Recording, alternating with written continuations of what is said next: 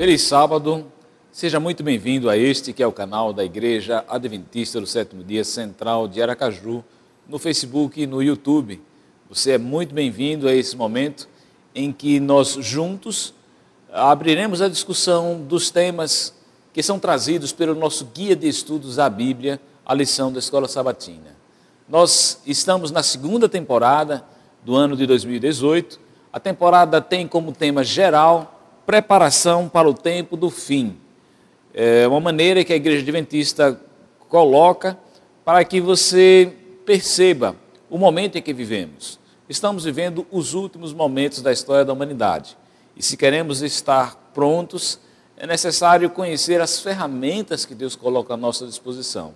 Nós já vimos nos encontros anteriores dessa temporada que Deus tem colocado à nossa disposição várias ferramentas, o santuário, o seu amor, o amor do Pai, o amor do Espírito Santo, a participação de cada um desses personagens da Trindade e principalmente, um plano de redenção maravilhoso que busca conduzir toda a humanidade à salvação. Hoje nós vamos falar um pouquinho mais sobre a lei. A mudança da lei é o tema dessa semana. E para esse estudo, nós temos dois amigos que já estavam conosco no nosso último encontro, e eu queria que vocês novamente se apresentassem, uma apresentação mais rápida, para aqueles que não assistiram o sábado passado, possam conhecer vocês. Eu sou Marcos Diego, estou à frente do Ministério de Publicações e Profecias, conheci a igreja por meio da minha esposa, que é adventista de berço, nos conhecemos na faculdade, e daí passei a frequentar a igreja adventista. Recebi estudo bíblico de Acts, e logo em seguida desci as águas. Muito bom, e aí já nasceu como um missionário na casa de Deus, na causa de Deus. Deus te abençoe, muito obrigado, amém, Marcos, pela sua participação. Axa. Feliz sábado para todos, eu sou diretora da Escola Bíblica da nossa igreja, graças a Deus. E você, acho que é adventista de berço? Sou adventista de berço. Desde que eu me conheço como gente, a gente é companheiro de jornada, a gente tem feito muitos eventos juntos, desde infância e juventude, não é, Axel? Muito bom. Vamos ao estudo, então. Por favor, Marcos, conduza a oração. Paizinho querido, queremos agradecer a semana que o Senhor nos concedeu. Queremos agora recapitular a lição, essa maravilhosa lição que nós estudamos durante toda a semana. Mas antes, não podemos fazer sem clamar a presença do Senhor por meio do Espírito Santo. Seja conosco, em nome de Jesus. Amém. Amém. A mudança da lei é o título do estudo dessa semana. E o texto bíblico de Daniel 7:25 nos dá uma pista sobre o que iremos discutir, né, nesses minutos agora. A profecia de Daniel fala de um poder que proferirá palavras contra o Altíssimo, magoará os santos do Altíssimo e culmina com a frase de que esse poder iria mudar, cuidará em mudar os tempos e a lei. Mudar os tempos e a lei. É uma afirmação tremenda. A lei de Deus, a gente sabe, ela é eterna, a lei de Deus é boa, é santa, é justa, e essa questão de mudar a lei pode ser algo que não conduza as pessoas para um lugar melhor, um lugar bom, um lugar onde eles encontrarão a sua satisfação, a sua plenitude de um cristianismo grande, um cristianismo que cresce e amadurece. Mudar a lei não parece ser uma boa opção, mas algumas pessoas têm tentado mudar a lei, às vezes para tentar até, Marcos, adequar a lei à sua personalidade, às suas características. De qualquer forma, não é esse o caminho. A lei é eterna, a lei é imutável, a lei é de Deus, reflete o caráter de Deus e não pode ser diferente, tem que ser imutável. Essa imutabilidade da lei pode criar em nós um conflito entre o que queremos, o que fazemos. Existe uma promessa que pode ajudar a gente a enfrentar esse conflito? Com certeza, Demar. A lei de Deus, o decálogo, ele é cláusula pétrea. É algo que não se mexe. Certo. Porque ele é a expressão exata do caráter de Deus. Se fosse possível mudar a lei, não era necessário Jesus Cristo ter vindo até a terra e O sofrido. sacrifício não seria necessário. Não seria necessário. Mudava a lei, estava tudo resolvido. Exatamente, mas é justamente porque a lei não pode ser mudada que Cristo veio e pagou a penalidade do pecado, que é a Certo, morte. certo. Né? Então ele morreu a nossa morte, ele veio como nosso substituto. Certo. Então não há nenhum problema na lei. Certo. A lei é boa. Ok. Entendeu? O problema é o pecado. E é pela lei que vem o pleno conhecimento do pecado. E quando nós contemplamos, né, reconhecemos a lei, que é a expressão do caráter de Deus, a gente vê o nosso estado pecador, pecaminoso. E aí, Sim. ao mesmo tempo, a gente olha para a lei e parece, será que não tem solução para esse estado? Mas aí... Cria um desespero. Né? Como diz Paulo, desventurado homem que sou. Isso. Quem me desespero. livrará do corpo dessa morte? Verdade. Né? Né? E aí o texto chave aqui para a gente utilizar é Romanos 7, 25. Romanos, capítulo 7, verso 25, que diz... Vamos dar um tempinho, Marcos, porque eu quero convidar ao internauta que está nos acompanhando nessa leitura, nesse momento agora, que abra sua Bíblia. A Bíblia é a palavra do Senhor. Ela é semente que pode germinar e fazer grandes maravilhas no seu coração. Então não se contente nem com a lição da escola sabatina. A lição da escola sabatina é um guia, mas a palavra do Senhor, ela com certeza vai entrar como uma espada na sua mente, no seu coração, transformando, espada de dois gumes. Abra a Bíblia, Romanos, por favor. 7, verso 25 Ok. diz: Graças a Deus por Jesus Cristo, nosso Senhor, de maneira que eu, de mim mesmo, com a mente sou escravo da lei de Deus, mas segundo a carne, da lei do pecado. Mostra esse conflito. Exatamente. Paulo está, assim, interessante que a gente vê em Paulo um grande homem. Exatamente. Eu mesmo admiro o homem Paulo, né? O Paulo pregador, o Paulo missionário, apóstolo dos gentios, Exato. um homem que sacrificou tudo para ser fiel a uma convicção que aconteceu de uma hora para outra. Ele sacrificou tudo, abandonou tudo. Então é uma referência. Podemos Sem falar dúvida, assim, sem dúvida. Paulo é uma referência. E ele vivia esse conflito. Isso. Entre alimentar a natureza carnal ou a natureza espiritual. Sendo que a carnal está vendida à escravidão do pecado, Sim. que nos conduz à morte eterna. Sim. Mas alimentar a natureza espiritual requer a aceitação de Cristo. Eu imagino se Paulo tinha um conflito como esse. Imagina, né? Um homem, assim, da envergadura do apóstolo Paulo. É verdade que a gente não pode confiar em homem nenhum. Claro, claro. Ninguém é santo, ninguém é puro. Mas a referência que a gente tem é que eles assim, sede meus seguidores, meus imitadores, essa é a palavra. Assim como eu sou de Cristo. Um homem desse apresenta um conflito assim? Isso é incrível. E aí ele conclui, logo em seguida, no capítulo 8, ele diz, verso 1, agora, pois, já nenhuma condenação há para o que estão em Cristo Jesus. Ou seja, ele mostrou, pela lei vem o pleno conhecimento do pecado. E pelo pecado, se a gente não mudar e continuar alimentando essa natureza pecadora, não há possibilidade de salvação, é morte eterna. Mas a graça, a salvação está em Cristo. E aí podemos sim ser justificados. Ok, mas justificados, se depender desse conflito, nós estamos fritos, né? Estamos liquidados. Se depender de nós que vivemos esse conflito, porque como Paulo, eu também tenho esse conflito, o Axa tem, você tem esse conflito. Todos os dias a gente vive esse conflito, é um conflito tremendo. A gente tem uma expectativa, porque conhecemos a lei, conhecemos a palavra, a nossa expectativa é de fidelidade. Queremos ser fiéis. E de repente a gente se vê emaranhado numa escravidão da carne que nos impede de atingir essa expectativa. E lembrando que o centro do conflito, da batalha, é o próprio eu. Que eu vou alimentar? Ok. O espiritual ou o carnal? Ok, um pecado que infelizmente habita, né? Habita em nós. Ele é inerente, já nasceu.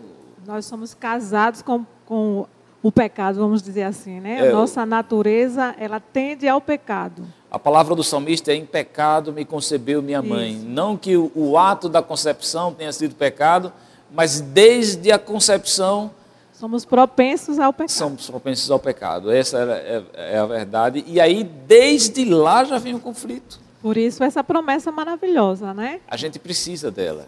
Já não há nenhuma condenação para os que estão em Cristo Jesus, né? E observe Que que estar em Cristo requer duas coisas. Primeiro, autocrucificação. Sim. Segundo, é permanecer na cruz, Ok. crucificado. Daí vem, eu acho, Axel, a complementação para essa liberdade desse conflito que a gente precisa, né?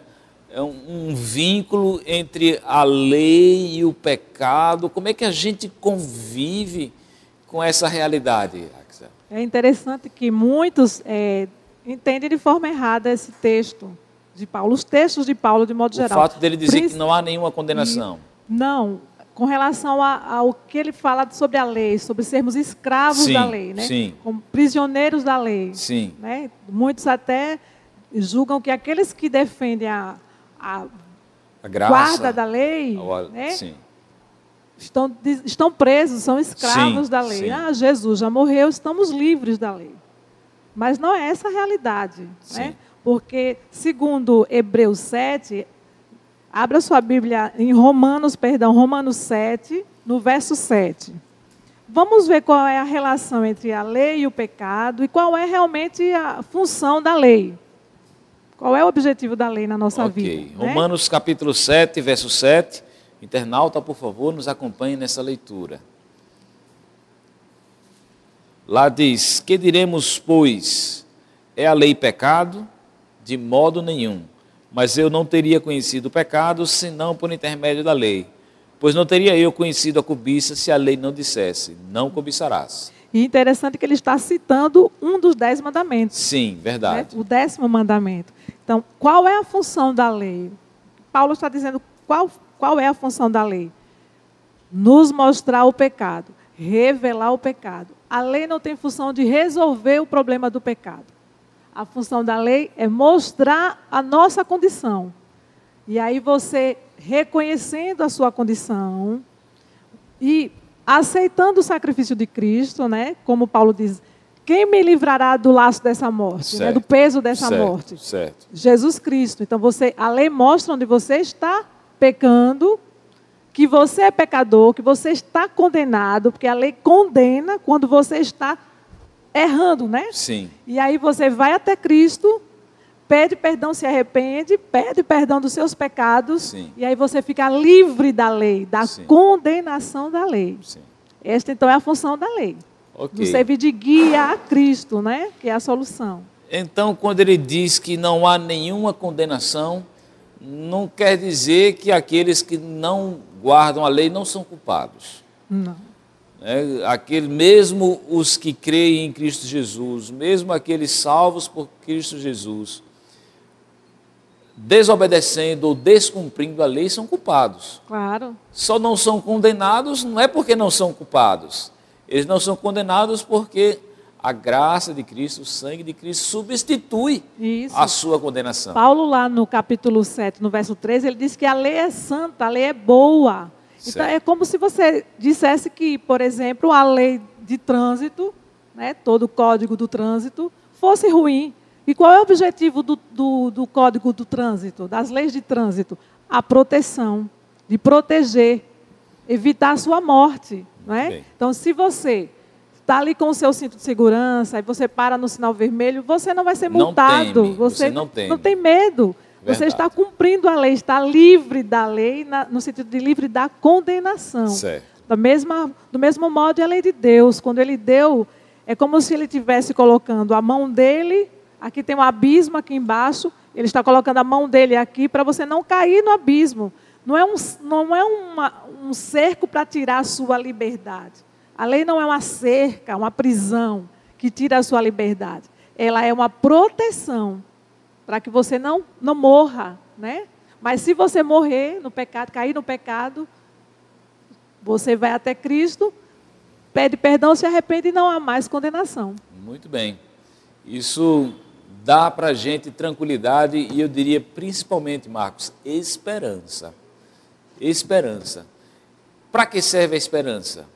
Para que a gente possa continuar no jogo, vamos falar assim. Isso. Né? Sem esperança a gente sai do jogo. Tá? Então, quando Paulo diz nenhuma condenação há para os que estão em Cristo Jesus, ele não quer dizer não há culpa. Isso. Ele quer dizer não há condenação. Isso. E a condenação não existe, não é porque você não tem culpa. Ela não existe porque a culpa toda foi lançada sobre Cristo. Você se arrependeu e a culpa. Então, onde há pecado, há lei. Sim. Não é? Se você diz que não existe mais lei, então não existe pecado. Ok. Não é? Então, a lei continua em vigor, sim, porque o pecado existe. E ela precisa apontar onde a gente está errando para irmos até o nosso Redentor. Muito bem. Estamos já no limite do tempo do nosso primeiro bloco e precisamos ir para o nosso intervalo. Nós vimos nesse primeiro bloco sobre a promessa de nenhuma condenação. Nós vimos também nesse primeiro bloco que não há nenhuma condenação e que a lei está vigente. A lei está vigente, mas a culpa permanece para aqueles que não a cumprem. Não a cumprem. Não há a condenação, mas a culpa sim. Você quer saber um pouquinho mais sobre essa questão da mudança da lei? Fique conosco, só tem 1 minuto de intervalo e a gente volta. Nada é igual ao seu redor, tudo se faz no seu olhar, o universo se formou com seu falar. Teologia pra explicar, ou Big Bang pra disfarçar, pode alguém até duvidar. Eu sei que há um Deus a me guardar, e eu, tão pequeno e frágil, querendo sua atenção. No silêncio encontro resposta certa então. Dono de toda a ciência, sabedoria e poder, oh, dá-me de beber da água da fonte da vida. Antes que o ar já houvesse, ele já era Deus, se revelou aos seus. Do crente ao ateu, ninguém explica Deus. Dono de toda a ciência, sabedoria e poder, oh, dá-me de beber da água da fonte da vida. Antes que o ar já houvesse, ele já era Deus, se revelou aos seus. Do gentil ao judeu, ninguém explica Deus. Ninguém explica Deus. Ninguém explica, ou se duvida, ou se acredita. Ninguém explica Deus. Muito obrigado porque você continua na sintonia deste que é o canal da Igreja Adventista do Sétimo Dia Central de Aracaju, no YouTube e no Facebook. Muito obrigado por sua participação. Muito obrigado porque você tem sido fiel a essa jornada que a gente tem tido desde o início do mês de abril, quando iniciamos a segunda temporada do Guia de Estudos, a lição da Escola Sabatina. Hoje, no nosso 6º encontro, estamos abordando o tema da mudança da lei. Esse é apenas mais um tema, um subtema para o tema geral, que é a preparação para o tempo do fim.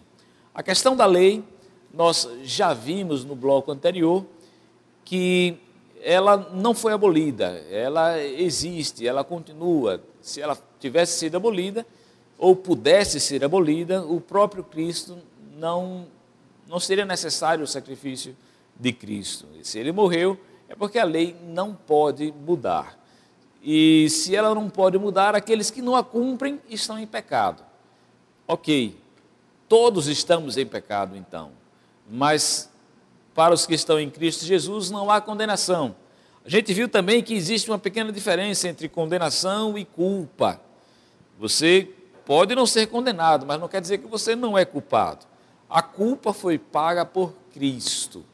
E isso nos dá a esperança de poder continuar no jogo em busca da salvação.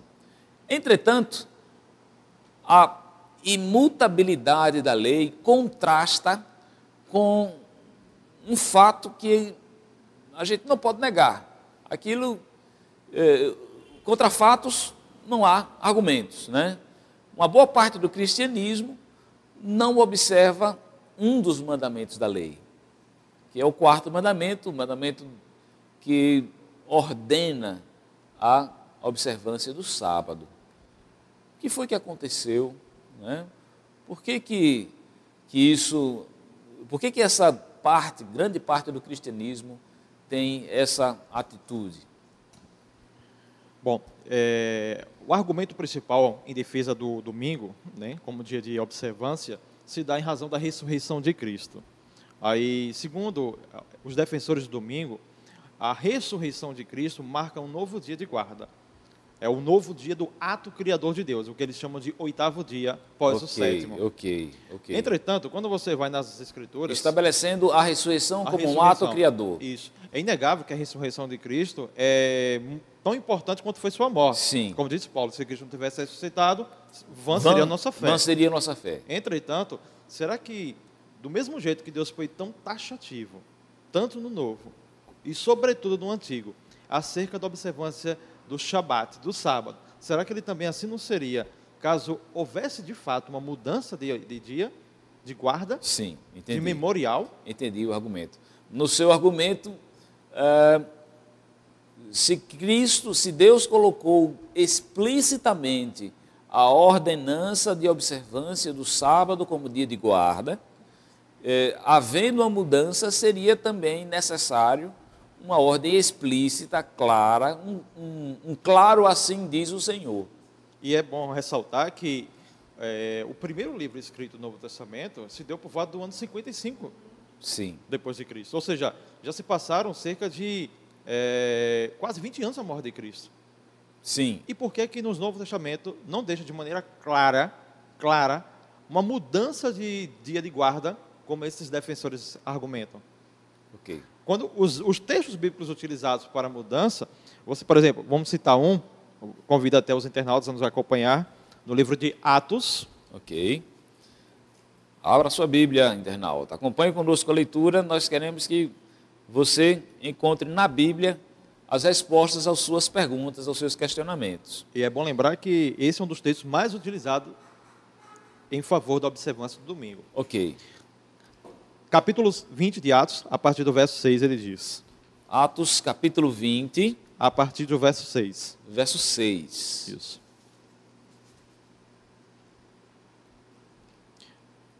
Aqui diz. Depois dos dias dos pães asmos, navegamos de Filipe e em 5 dias fomos ter naquele porto onde passamos uma semana.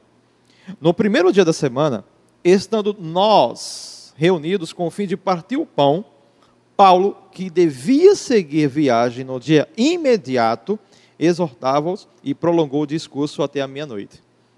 Portanto, de maneira clara, o texto bíblico está dizendo para a gente que o motivo deles estarem ali reunidos não era para fim litúrgico, adoração, mas simplesmente porque Paulo iria viajar no outro dia. Ok. E os demais textos utilizados, você vê que eles estavam ali no primeiro dia da semana reunidos, porque eles estavam com medo da perseguição.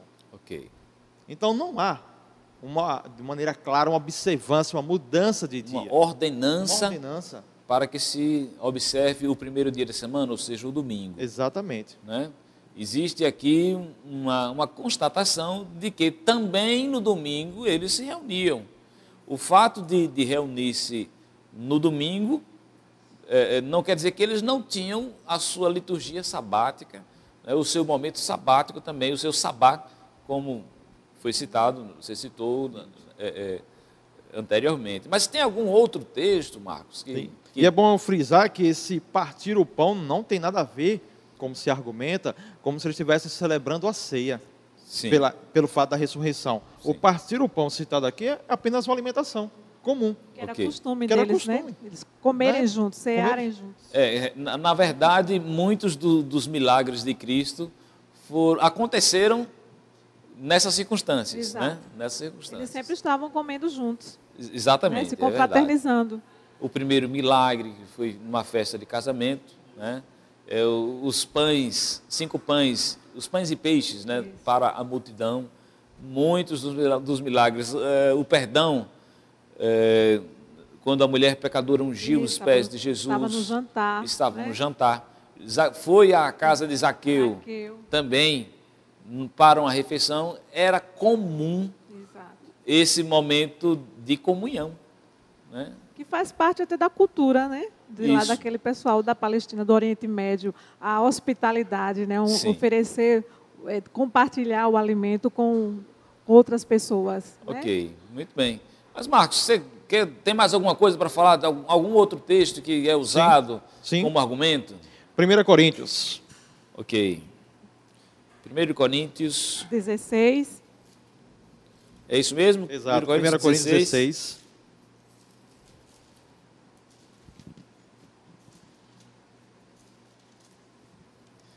Capítulo 16 e os versos... De 1 a 4. De 1 a 4, ok. Aqui diz: quanto à coleta para os santos, fazei vós também, como ordenei à igreja da Galácia. No primeiro dia da semana, quando cada um de vós ponha de parte em casa conforme a sua prosperidade, e vá juntando, para que se não faça coletas quando eu for. E quando eu tiver chegado, enviarei com cartas para levarem as vossas dádivas a Jerusalém, aqueles que aprovardes. Se convier que eu também vá, eles irão comigo. Não tem nada falando de algo litúrgico, repito, adoração. Ele simplesmente está pedindo para que as pessoas, de forma ordenada, organizada, sistemática, separassem uma contribuição para ajudar na atividade missionária de Paulo. Para não perder tempo, né? Quando ele chegasse, já estava tudo ali organizado, ele só faria... pronto. Exato. Ok. Muito bem, mas esses são argumentos usados por quem observa o domingo, tendo como justificativa para a mudança da lei. A mudança da lei que é o tema do nosso encontro de hoje. Eu queria saber, Axel, tem mais alguma coisa aí que pode ajudar a gente a entender que essa realidade não mudou após a morte de Cristo? Porque os textos que Marcos está trazendo para a gente, eles são colocados como argumentos justamente porque aconteceu depois da morte de Cristo. Mas existem textos que podem dar argumentos contrários depois da morte de Cristo? Primeiro é bom frisarmos que quando aparece, primeiro a palavra domingo não aparece na Bíblia, no Novo Testamento não aparece a palavra domingo. E quando aparece primeiro dia, e todos os textos do Novo Testamento que falam do primeiro dia, nenhum deles está relacionado a dia de guarda ou de mudança da guarda do sábado para o domingo. Estão relacionados à ressurreição de Jesus, né? Mais nada. Agora, com relação ao sábado no Novo Testamento, temos muitos exemplos. Temos o exemplo de Cristo, né? Os textos que falam que todos os sábados ele estava na sinagoga. Era seu costume. Era segundo o seu costume. Porque se fosse costume, segundo o costume dos judeus, né? Dizia assim, não, é porque ele era judeu, estava no contexto dos judeus, então ele foi no sábado por causa disso. Então estaria dizendo assim, segundo o costume dos judeus, e ele mesmo diria, né? Depois deixaria, como Marcos já falou, algum texto, ele estaria na Bíblia de que o sábado deveria agora ser substituído. Temos o exemplo também das mulheres, né? Quando Jesus morreu, elas estavam preparando os elementos para embalsamá-los e a Bíblia fala o quê? Que já era o dia da preparação. Sim. Começava o sábado e elas descansaram segundo o mandamento. Ou seja, havia ali uma ordenança de mandamento, né? Isso.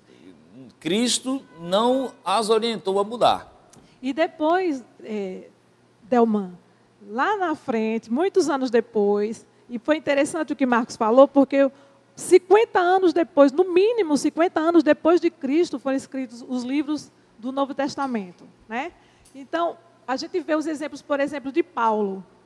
Vemos o exemplo de Paulo, né, que estava sempre, todos os sábados, nas sinagogas. Ele foi ensinado também a isso. Exatamente. Sem ter contato com Cristo, aqueles que ensinaram a Paulo, ensinaram desse jeito. Se já tivesse ocorrido uma mudança, se eles, por exemplo, estivessem lá reunidos, né, no primeiro dia, por conta da ressurreição, Paulo já estaria também falando alguma coisa com relação a isso, porque ele aprendeu dos apóstolos, né? Então ele já estaria ensinando alguma coisa em relação a isso. Mas o que a Bíblia fala é que todos os sábados, segundo o costume dele também, ele estava nas sinagogas. Mas mesmo assim ainda existe o seguinte argumento: ele estava porque ele tinha que pregar para os judeus. Né? Na sinagoga que estava aberta. E o melhor momento para pregar os judeus era o sábado. Esse Porém, nós temos um texto, e eu convido o nosso internauta a abrir a sua Bíblia em Atos 16, 12 e 13. Atos 16, 12 e 13, que mostra Paulo pregando no sábado, num contexto fora da sinagoga. Ok. Atos, capítulo 16 versos 12 e 13. Por favor. Vamos à leitura. Vamos ler. E dali a Filipos, cidade da Macedônia, primeira do distrito e colônia. Nesta cidade permanecemos alguns dias. No sábado saímos da cidade para junto do rio, onde nos pareceu haver um lugar de oração. E assentando-nos, falamos às mulheres que para ali tinham concorrido. Ele não foi lá para falar aos judeus. Não foi para falar para os judeus. Eram gregos. Observe que todas as vezes que as reuniões se encontravam no sábado, como a Axel falou, o objetivo era o quê? Adoração. Exato. Liturgia. Exato. O domingo, não, porque Paulo ia viajar, é porque Paulo ia aproveitar para conseguir uma ajuda para poder manter seu projeto missionário. Então, não tem adoração, não tem liturgia. Okay. Se não tem liturgia, ninguém naquele momento está necessariamente sendo adorado. E esse episódio aqui aconteceu muitos anos depois da morte de Cristo. Isso tem que ficar claro. Porque tantos anos depois, se o dia de adoração tivesse sido mudado, eles iriam escolher um sábado para estar reunidos para um ato litúrgico, porque eles saíram para orar, para compartilhar a palavra de Deus. Né? Então, e não eram judeus. Né? Eles estavam pregando para mulheres. As mulheres. Né? E não era na sinagoga. Ele podia escolher a sinagoga. Agora é interessante também, nós citamos o exemplo de Cristo, né? E Jesus diz assim: se me amardes, guardareis os meus mandamentos. Então, Jesus está fazendo a referência aos 10 mandamentos. Né? Quando alguém pode dizer assim, e é um argumento muito usado, que os mandamentos de Deus se resumiram em 2. Sim. Amar a Deus sobre todas as coisas e ao próximo como a ti mesmo. Mas esse resumo já está lá no Antigo Testamento. Sim, sim. Deus já está dizendo que o espírito da lei sim. é o amor. Se você ama a Deus, você guarda os 4 primeiros mandamentos, obedece. Se você ama o próximo, você obedece aos outros 6 mandamentos. Muito bem. Então, Jesus deu o exemplo e ele disse: se você me ama, guarda os meus mandamentos. Quem ama Jesus, o obedece. Ok. Jesus deixou claro que a lei é vigente. Jesus deixou claro que ele tem o propósito de guardar a lei. Jesus deixou claro que o sábado faz parte da lei. Jesus deixou claro que é seu costume observar a lei. E não é seu costume mudar a lei. Ele não veio para isso. Ele deixou muito claro isso em Mateus 5,17, quando ele diz: eu não vim mudar nem um i, nem um j, nem um tio. Tudo será cumprido. E essa é a vontade de Deus. Por que, então, somente o mandamento do sábado teria sido mudado? Nos argumentos que nós vimos aqui, os textos que levam a entender isso não citam claramente uma ordenança do Senhor. Um assim diz o Senhor não existe para essa mudança. A lei continua, a lei é a mesma, a lei é vigente e você precisa observá-la. Não adianta querer mudá-la. Seja fiel. E Deus continuará sendo fiel com você. Nós vamos para um pequeno intervalo, daqui a pouquinho a gente volta. Não saia daí.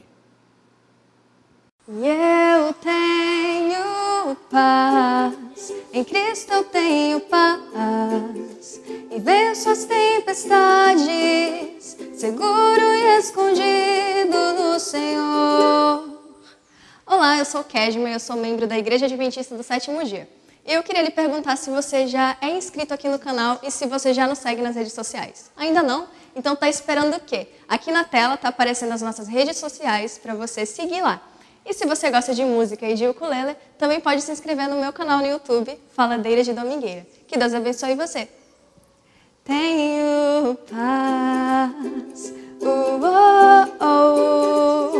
lara, lara, lara, chururu, chup, chup, chup, tenho paz. Muito bem, você continuou conosco, obrigado por sua fidelidade a este programa, obrigado porque você tem ouvido essas mensagens, obrigado pela participação durante toda essa segunda temporada do ano de 2018. Estamos falando sobre preparação para o tempo do fim e já falamos alguns temas muito interessantes. Hoje, principalmente, estamos dando um foco na questão da mudança da lei.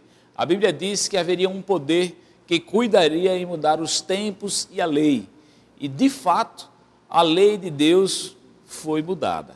A lei de Deus foi mudada não por Deus, mas a observância de um dia de guarda diferente para a humanidade impôs essa mudança na lei. A lei de Deus continua a mesma, mas a humanidade interpreta uma outra lei, uma mudança nessa lei. A gente queria entender, Marcos, o que foi que aconteceu, já que não existe argumento bíblico, como vimos no bloco passado, já que não existe argumento bíblico, o que foi que aconteceu para que a lei fosse mudada para a maior parte do cristianismo? Embora não tenha textos bíblicos que autorizam a mudança da lei, mas nós encontramos na Bíblia texto bíblico que comprova que um poder, como você muito bem citou, iria fazer essa alteração na lei de Deus. Certo. E eu quero convidar justamente para a gente fazer essa leitura, entender, à luz das Escrituras, o que esse poder faria e fez. Ok. Então, na realidade, o que você está dizendo, enquanto a gente encontra Daniel 7:25, o que você está dizendo é que nós estamos apenas constatando o cumprimento de uma profecia. Nada melhor do que a história, para comprovar os relatos da Bíblia. Né? Então, o que vemos hoje é nada mais do que uma constatação. Exatamente. A profecia se cumprindo. Daniel, capítulo 7. Daniel 7, verso 25. Ok, Daniel capítulo 7, verso 25. Acompanhe conosco a leitura, internauta. Aqui diz, se referindo ao quarto reino, sobretudo ao chifre do quarto reino.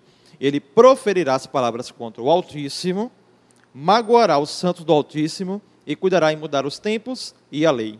Então, observe. Embora você não tenha permissão para mudar a lei, você tem uma previsão, uma profecia dizendo que um animal, que ele chama de terrível e espantoso, né, que é simbolizando aí os impérios, né, primeiro o Império Babilônico, depois o Medo-Persa, depois o Império Grego, e depois ele foi sucedido pelo último império, o quarto animal, que foi o Império Romano. O último Império Mundial. O último Império Mundial. Só que, de maneira estranha, também aqui em Daniel, no capítulo 7, fala desse próprio animal, que era o quarto, ou seja, do Império Romano, surgiria uma ponta pequena. Veja, não é um outro animal, mas é algo que surge do quarto. Ok. Entendeu? Ou seja, ele tem as suas raízes no quarto, um poder. Ok. E diferentemente dos outros animais, ele traz características humanas. Sim. Falando, proferindo, blasfemando. Ok. Entendeu? Exatamente o contexto. Isso. E se a gente for buscar, mais uma vez, utilizando a história, para entender qual foi o poder que substituiu o Império Romano, aí nós chegaremos ao período de apogeu da igreja medieval. Certo.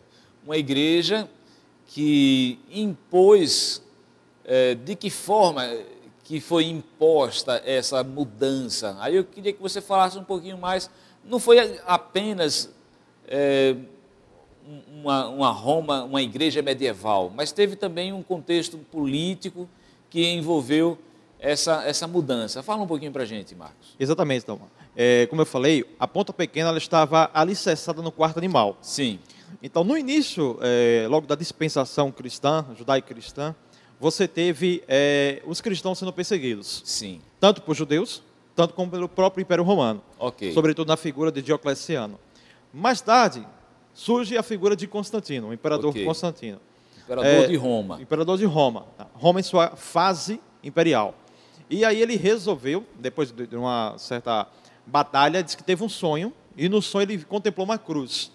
E ali ele entendeu que era uma mensagem de Deus, que ele deveria se converter ao cristianismo. Sim. E aí teve essa pseudo-conversão de Constantino Ok. ao cristianismo.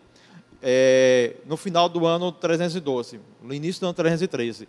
E aí ele cessou a perseguição aos cristãos. Ok. Oficialmente, Exatamente. o Império Romano não perseguia mais Não perseguia cristãos. mais. E aí, repare só, ele tomou o cristianismo agora também como a religião e a religião do império. Ok. Só que de maneira estranha, repare, isso foi em 313. Em 321, ele decreta, no dia 7 de março, que o venerável dia do sol era um dia de repouso e adoração. Ok. Mas ele não tinha se convertido? E o sol não era uma divindade adorada pelos pagãos na época romana? Como entender essa conversão de Constantino? Por isso que eu chamei de pseudo-conversão. Ok. Entendi. Mais tarde, em 364, no concílio de Laodiceia, Sim. a igreja romana, medieval, já constituída, já em sua constituição, ela trouxe para dentro do cristianismo a observância do domingo. Ok. Então, historicamente, foi assim que aconteceu. Na realidade, para Constantino, era mais fácil mudar a lei do que ele adaptar-se à lei. Essa mudança criou facilidades para que o cristianismo pudesse ser a religião predominante do seu império. Sem contar que ele estava com muitas guerras no seu império. Então ele queria pacificar. Isso.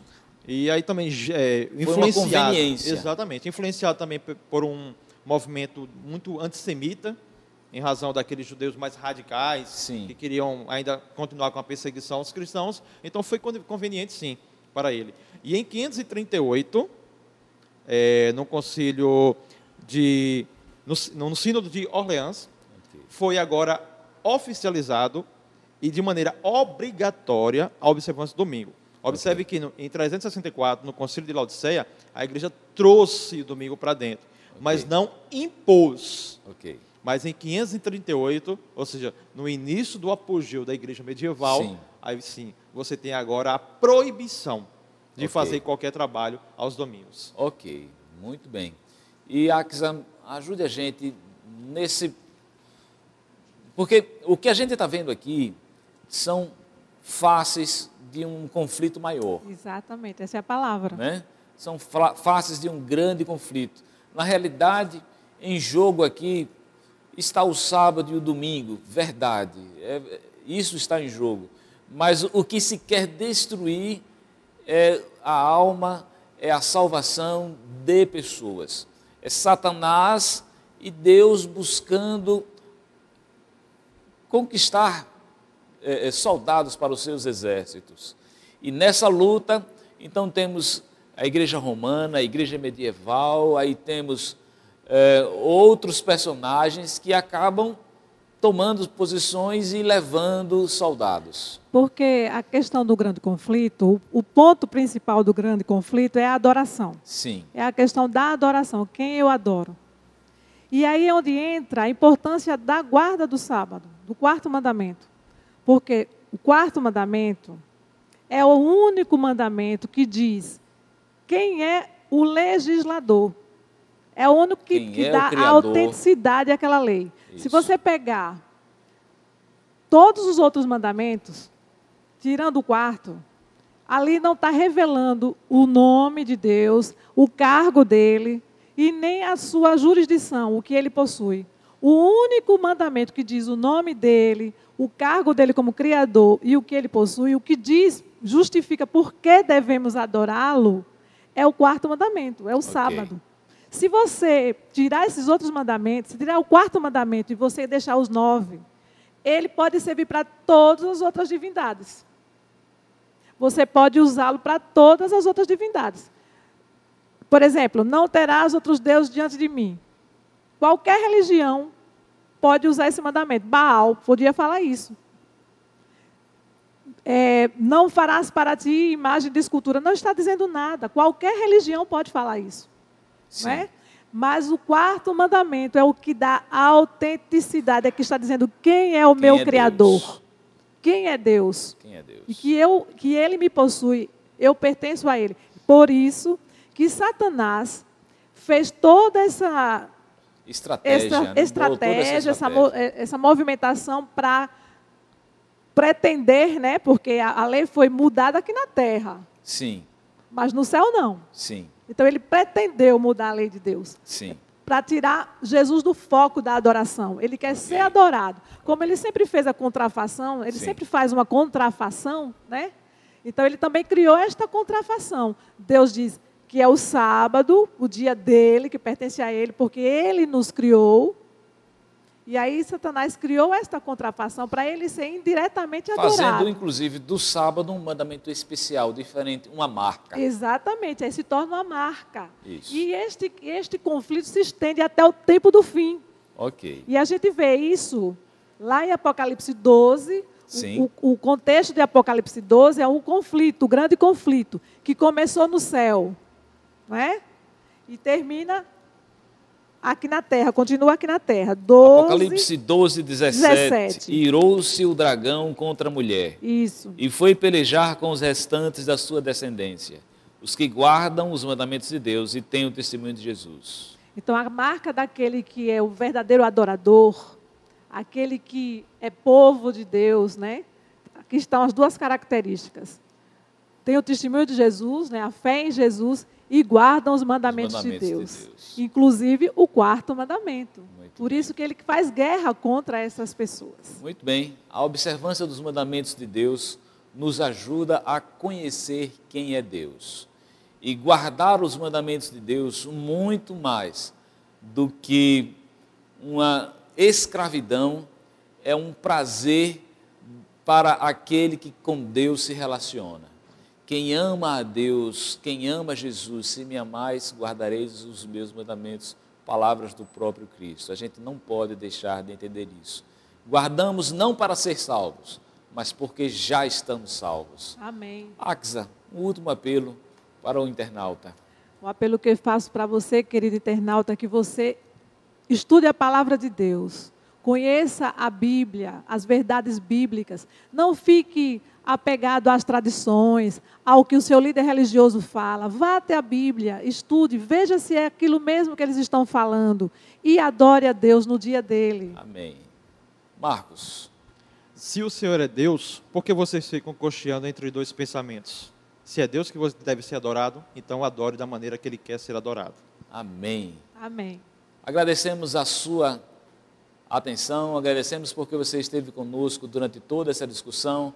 Agradecemos também a toda a equipe, o Roseildo, agradecemos ao Sidney, ao John, ao Gedeon, agradecemos a Miro, Cleonaldo, todos esses que participaram ativamente desse projeto. Que Deus os abençoe. Vamos participar com oração? Axa.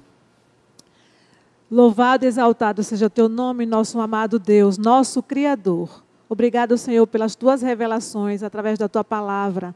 Ajuda-nos, Senhor, a sermos fiéis a ti em tudo, meu Deus. Amém. Acima de tudo, se pecarmos, que o teu Espírito Santo nos convença e que nós possamos ir até Jesus. E é no nome dele que nós te pedimos tudo isso e te agradecemos por todas as bênçãos em nossa vida. Amém. Amém. Agora você fica com o culto divino. Que Deus te abençoe.